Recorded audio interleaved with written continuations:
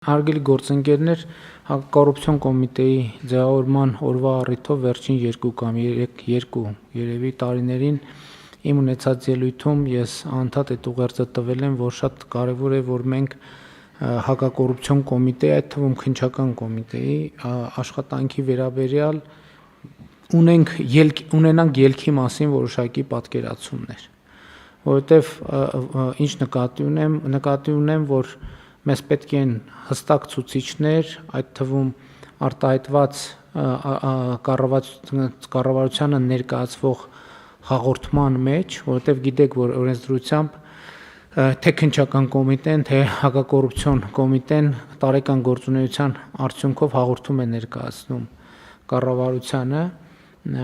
եւ վերջին անգամ, որ այդ հաղորդումը ես ստացել եմ, նաեւ այդ հաղորդումը մակագրությամբ վերադարձրել եմ, խնդրելով լրացնել տվյալով, թե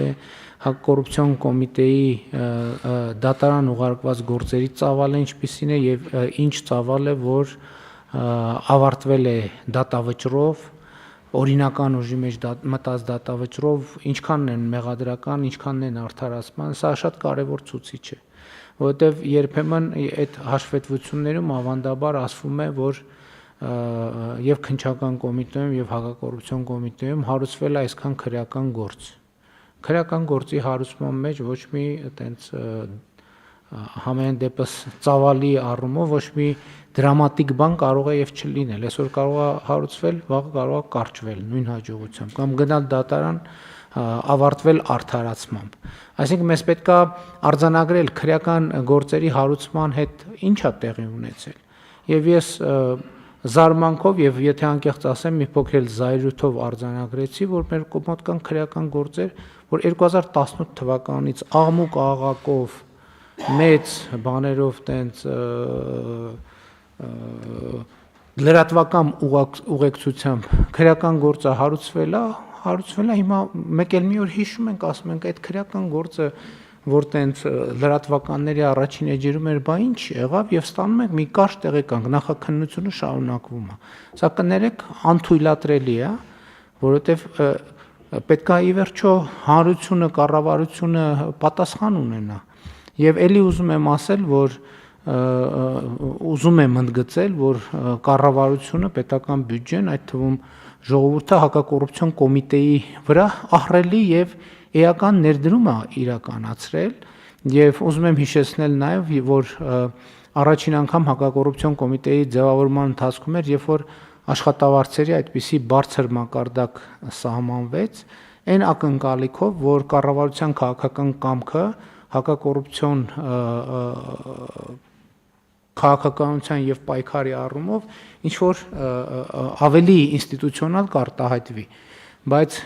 ցավով պիտի արձանագրեմ, դա կապված չի իհարկե միայն հակակոռուպցիոն կոմիտեի գործունեության հետ, այլ խոսել ենք, որ դատաիրավական համակարգում ունեցած մեր խնդիրների մասին, բայց մյուս կողմից հակակոռուպցիոն կոմիտեն ունի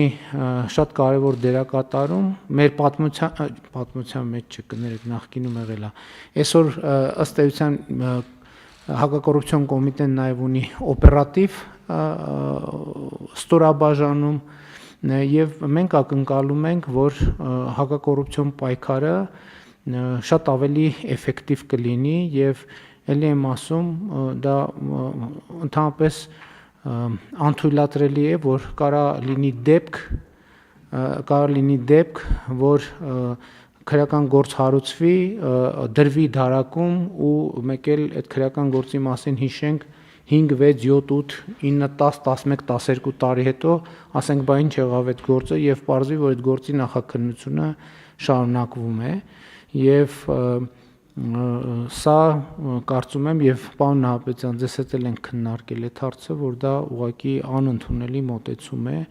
եւ կարծում եմ քննչական կոմիտեի դեպքում էլ ցավոք նման իրադրություններ կամ դրան նմանվող իրադրություններ ունենք եւ մենք պետքա բացառենք սա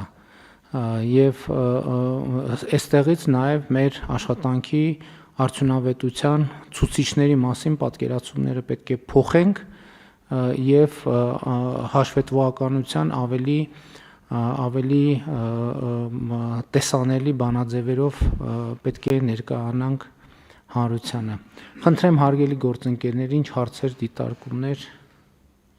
Եվ ելի ուզում եմ նաև հաջորդ թեմային էլ անդրադառնամ, այդ նույն տրամաբանությամբ իմիջայլոց նախկինում խոսել ենք այդ թվում կառավարության նիստերին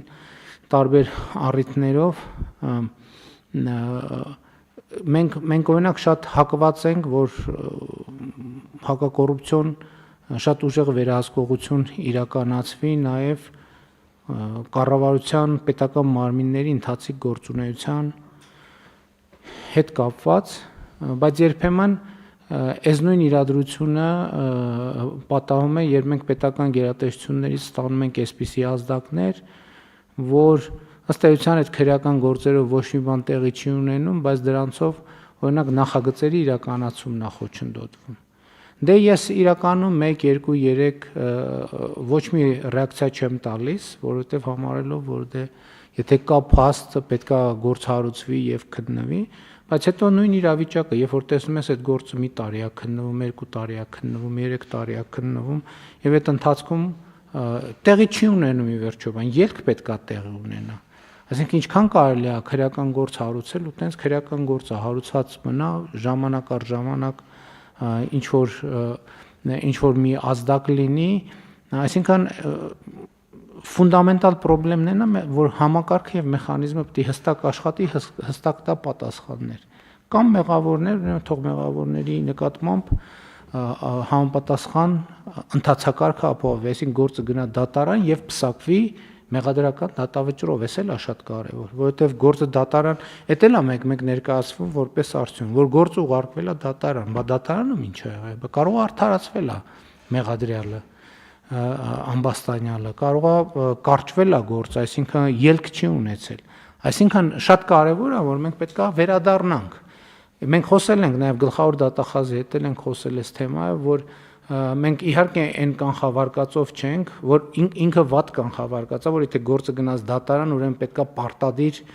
մեղադրական դատավճռով պսակվի, որովհետև այդպիսի ավանդույթներ են եղել, որ եթե դատախազությունից գործը դուրս է եկել, վերջ ուրեմն պետքա մեղադրական դատավճիռ լինի։ Բայց այդտեղ էլ մենք որոշակի, որովհետև կան գործեր, որոնք իրանք ամբողջ աշխարհում էլ տենց է, եզրային վիճակներ են կապված դատական process-ում այդ մրցակցության մեջ ում փաստարկները ավելի համոզիչ կդառնան դատարանի համար, այս ամեն ինչը պարզ է, բայց այդտեղ էլ նաև որոշակի բան պետք է ունենանք, տոկոս պետք է ունենանք մենք։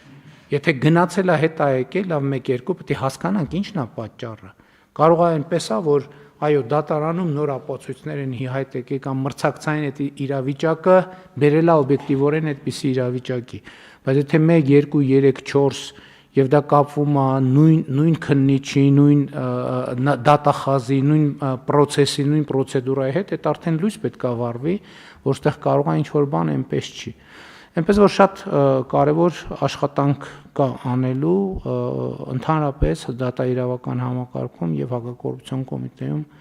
մասնավորապես։ Կան այլ դիտարկումներ։ Չկան։ Ըստ այդմ առաջարկում եմ քվեարկել, ովքեր են կողմ Արթուր Նահապետյանին հակակոռուպցիոն կոմիտեի նախագահ նշանակելու։ Դեմ չունենք, պարոն Նահապետյան, շնորհավորում ենք, հաջողություններ ենք մաղթում։